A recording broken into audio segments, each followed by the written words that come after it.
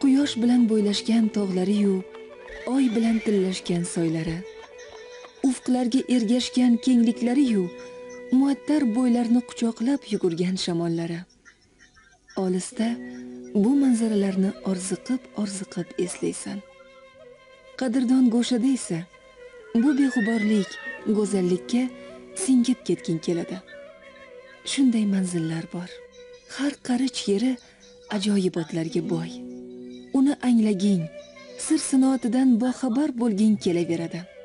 Jizzax ana shunday tilsimotlarga to'liq maskan.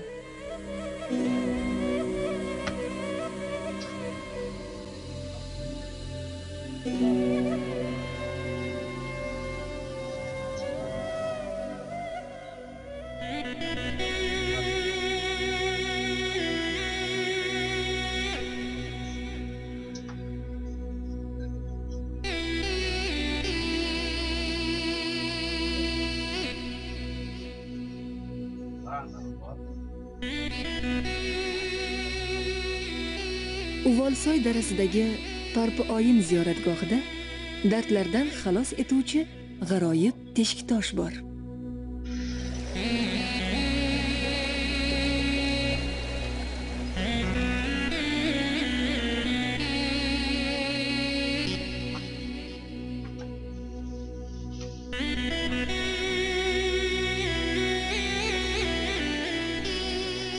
Daraning balandroq qismida g'or bo'lib, bu joydan ko'plab kitoblar topilgan. Bu qoyalar ustida beklarning qarorgohi, hatto zindon ham bo'lgan deyshadi. Qoyalarning biridagi yozuv arab imlosida yozilgan. Shahriston tog'larida Zahiriddin Muhammad Boburning toshga o'yib tushirilgan g'azali borligi ma'lum. Balki mazkur yozuv ham unga tegishlidir. Boburning bu yerlarda bo'lgani haqidagi ma'lumotlar Boburnoma asarida uchraydi.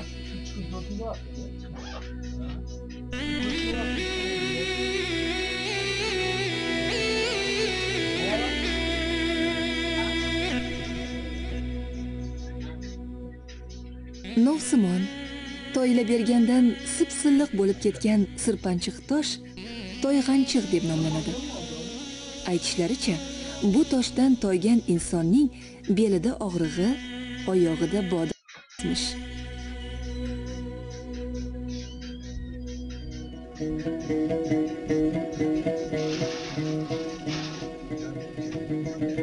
Parpi ota ziyoratgohi Morguzar tog'larining orasida joylashgan. Ziyoratgohda mavjud teshiktoshning mo'jizakor kuchi haqida ham turlicha taxminlar bor. Parpi oq degani, oq esa poklik ramzi. Azali dardlari, gunohlardan forig' bo'lish, poklanish niyatidagi insonlar bu ziyoratgohni tavof etganlar.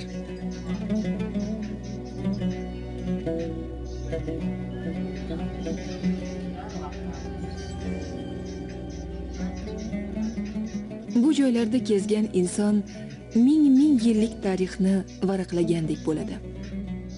Bunda 4,5 ming yillik tarixga ega deb taxmin qilinayotgan Sayxonsoy qoya toshlaridagi suratlar, eng qadimgi odamlar yashagan Peshag'or g'ori, 2,5 ming yillik tarixga ega Mozorsoy yodgorliklari, Jomonjar yer osti ehromlari, qadimgi manbalarda tilga olingan Gaza, Harakana, Zomin, Sobot, Miq, Marsmanda, Xitoy solnomalaridan ma'lum Yecha shahri qoldiqlari mavjud. Tirsak g'ori ham shular jumlasidandir.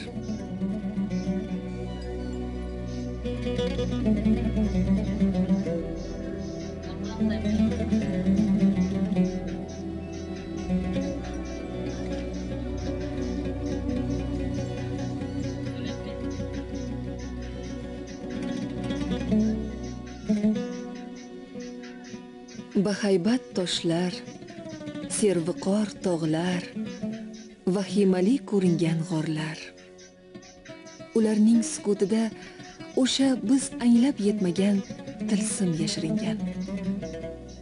Qatrang'i daraxti ana shu tilsimning mag'rur qo'riqchisidek go'yo. Qatrang'i yoki tosh daraxt asosan tog'larning yirik va chag'ir toshli yonbag'irlarida o'sadi.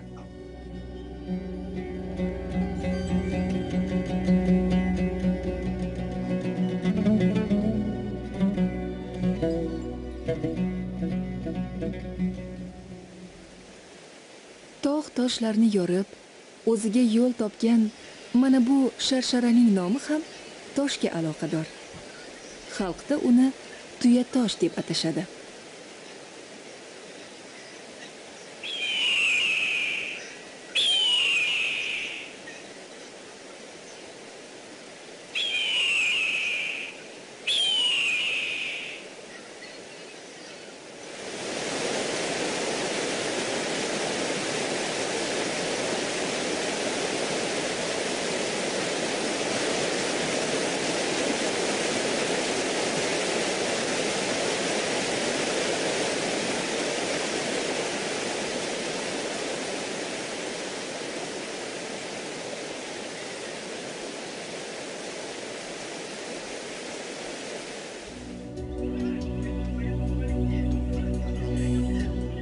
Iskandar Zulqarnaynga qattiq qarshilik ko'rsatgan So'g'd botiri Ahrimas boshchiligidagi 30 minglik lashkar shu hududdagi g'orlardan birida jon saqlagani haqida ham rivoyat bor. Peshag'or qishlog'i yaqinidagi g'or hali to'liq o'rganilmagan bo'lsa-da, bu rivoyatni haqiqatga aylantiradi. Ahrimas bilan bog'liq tarixiy manbalar ham buni tasdiqlaydi.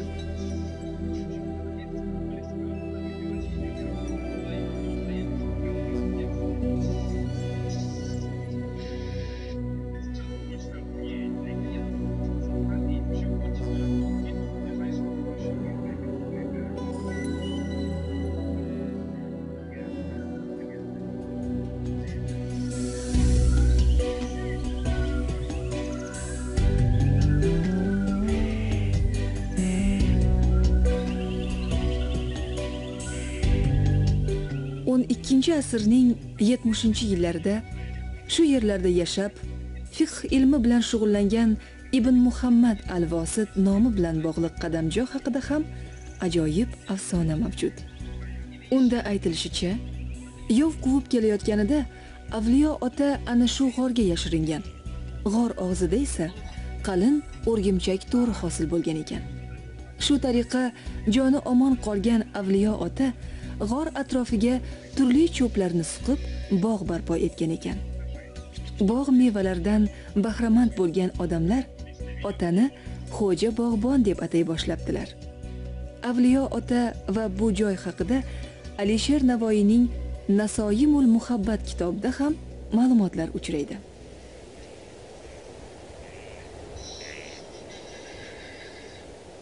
Uch opa-singil haqidagi afsona asrlar davomida tillardan tillarga ko'chib kelmoqda.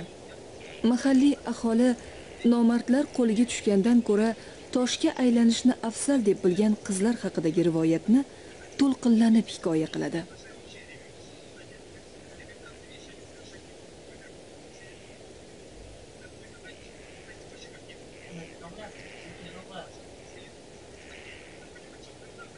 Tabiatning yana bir mo'jizasi qiz ketgan qoyasidir.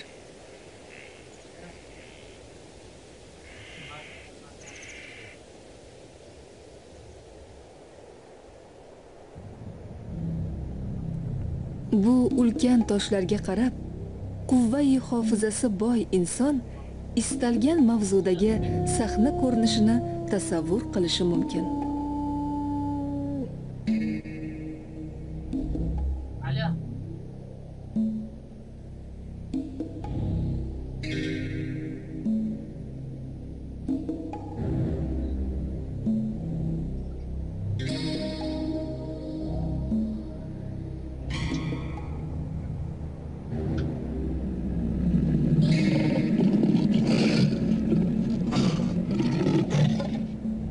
Bir tosh turli nuqtadan turlicha ko'rinadi.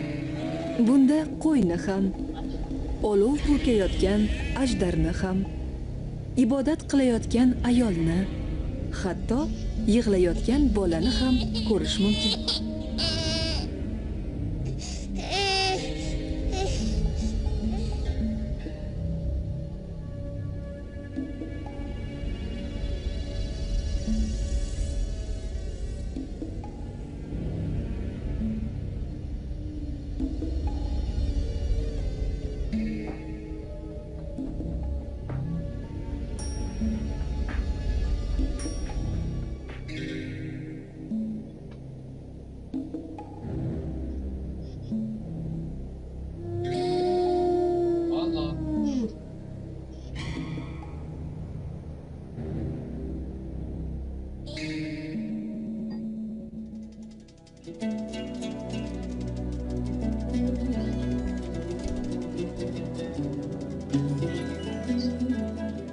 Har joyda bo'lib, tabiat mo'jizalari, g'aroyibotlariga lol qolasan kishi.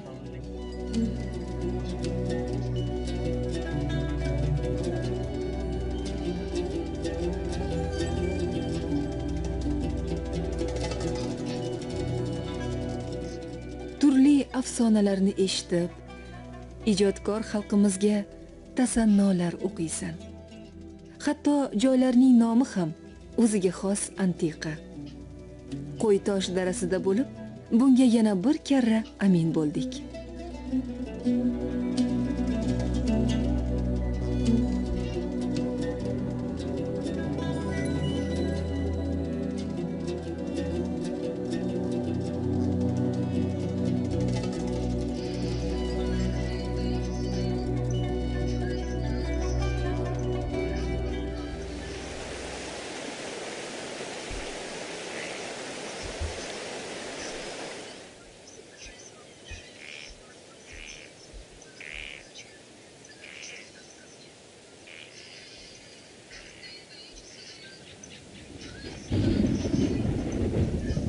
Zomin qo'riqxonasidagi tog' yonbag'rida, daraxtlarning quyuq shoxlari ortida yana bir ajoyib manzaraning guvohi bo'ldik.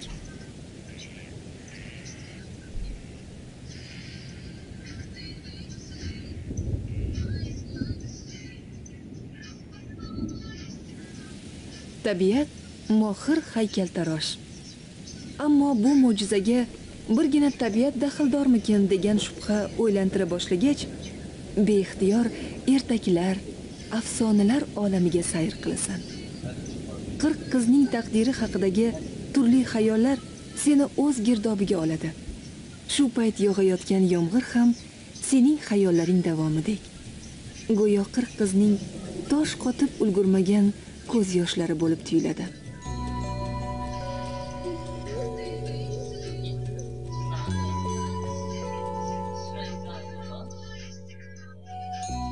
Shunday manzillar bor. Ko'rasan, o'rganasan, barini anglagandek bo'lasan. Hammasi senga ayondek. Qizig'i, qadrdon shu go'sha seni doim hayratlantiraveradi. Yangi tilsimotlar hadya etaveradi. Sen esa jondan aziz vatanni har safar yangidan kashf qilaverasan.